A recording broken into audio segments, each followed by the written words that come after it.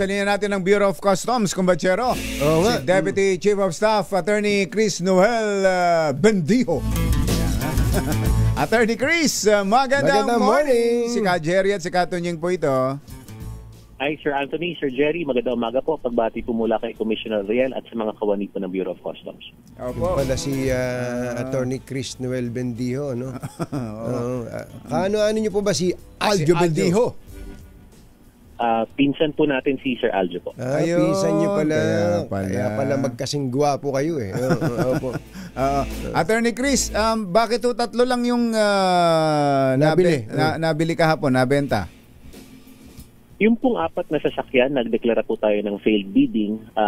Nangangahulugan po itong wala pong nag-participate na qualified bidder nung tinawag po for auction ang apat na sasakyang ito. No? Mabanggit na rin po natin, meron po tayong 2 bidders kasi na hindi po umabot sa deadline. No? Kung kaya't hindi po sila nakapag-participate sa auction at nagkataon itong 2 bidders na ito ang nagpahayag ng interest doon sa 2 Toyota na sasakyan. No?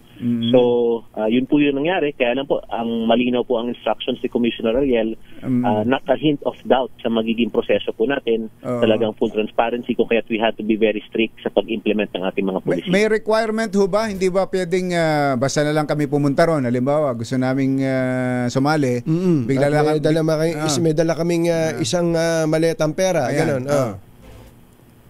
Hindi po kasi natin pwedeng papayagan yung walk-in po lamang. No? Meron po tayong mga requirements na nakasaad sa ating Customs Administrative Order 3-2020. Halimbawa po, no, kailangan po nating magsumite ng ating mga income tax returns or business tax returns upang ma-establish ang 2 bagay. No? Una, yung kanilang kapangyarihang bumili, yung purchasing power, kung tutugma po ba ito sa kanilang ITR. At ikalawa, dapat po ma-determine natin na hindi po sila sasaklaw doon sa mga pinagbabawalang lumahok sa auction. No? So dapat po hindi po sila kawani ng BOC, dapat po hindi po sila yung importer, forwarder, consignee at nagmamay-ari po ng smuggled item na subject for auction. Kaya po tayo nagre-require ng mga ganong documentary requirements kung kaya hindi po natin papayagan yung mga walk-in kasi wala po tayong panahon upang i-check ang mga bagay na ito. Marami palang requirements, hindi pala basta't may pera ka at gusto mong bumili, makakabili ka. Cash ba kailangan? Kasi may nakita kaming picture ng mga cash. Ang mga tinatanggap po na modes of payment, yung pong tinatawag nating parang good as cash. No? So, nandiyan na po yung cash. At andyan din po yung ating manager's check. No? Doon po sa mga Mercedes-Benz na SUV na nabili po kahapon, manager's check po yung pinagbayad. Yun naman po sa Lincoln Navigator, yung pong 7,100,000 na bid ay binayaran po ng cash. Oo. Diyan ho sa mga sasakyan ng mga Diskaya, ang pinaka-popular diyan yung Rolls-Royce. Yung Rolls-Royce, yung Cullinan, yung may payong. Yun nga, hawak ni Secretary Vince Dizon yung payong. Baka kaya wala nang bumili, kinuha ni Secretary Vince yung payong. Kinuha ba yung payong? Kinuha ba ni Secretary? Picture lang siguro. Maraming mas may interest sa payong eh. Binalik naman po ni Sec Vince, sinigurado po namin kumpleto. Hindi ba pwedeng yung payong lang?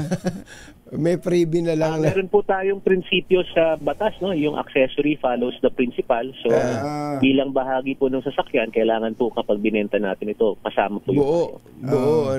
So, kailan po ang ulitan, Attorney Chris? Kailan uli mag-open?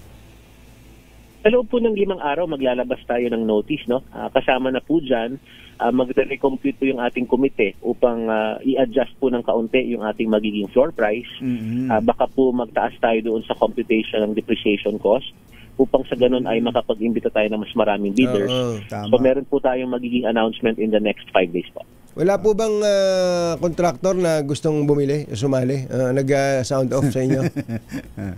Sa palagay ko, mag-iingat ngayon yan. Mag-iingat po ang lahat. So, kung wala, na naman po natin yung mga nag-participate, parang wala pong involved sa construction. Wala naman. Bumibili daw ba kayo? Baka meron mga gusto magbenta naman ng mga congressman. Attorney Chris. Hindi rin po. Limitado po ang jurisdiction ng BOC. Kailangan po yung dumaan sa importasyon. No? At kapag meron po mga violations dito, doon lang po pumapasok ang kapangyarihan ng Bureau of Customs. Yun. Attorney Chris, salamat sa oras. Thank you so much, sir. Magandang umaga. Salamat po sa pagkakataon. Good morning po. Attorney Chris Noel Bendijo, Bureau of Customs.